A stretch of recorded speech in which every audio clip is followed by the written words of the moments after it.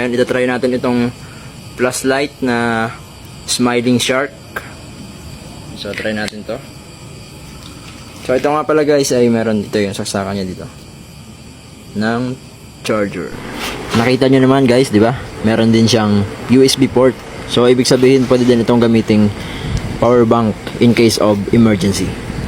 Noong una nakikita ko lang sa Facebook at TikTok itong mga ganitong video na flashlight na mala Star Wars, pero ngayon ito hawak ko na. Totoo talaga siya.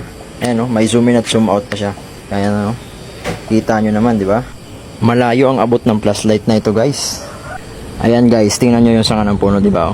Kitang kita, di ba? Tara, dito tayo sa kabilang banda, dito sa may manukan at sa may bench. Tingnan nyo, pati yung hilaw na bunga ng aratilis, so nakikita, di ba? Alam nyo, dapat meron talaga kayo nito sa bahay. Para in case na may emergency, may magagamit kayo. Lalo na sa gabi. Mahirap mga pa sa dilim, kaya kailangan talaga natin ng ilaw sa buhay natin. Alam mo yon? Anyway guys, kung sa TikTok mo napanood itong video na to at gusto mo ring umorder ng ganitong flashlight, i-click mo lang yung yellow basket sa lower left part ng video na to.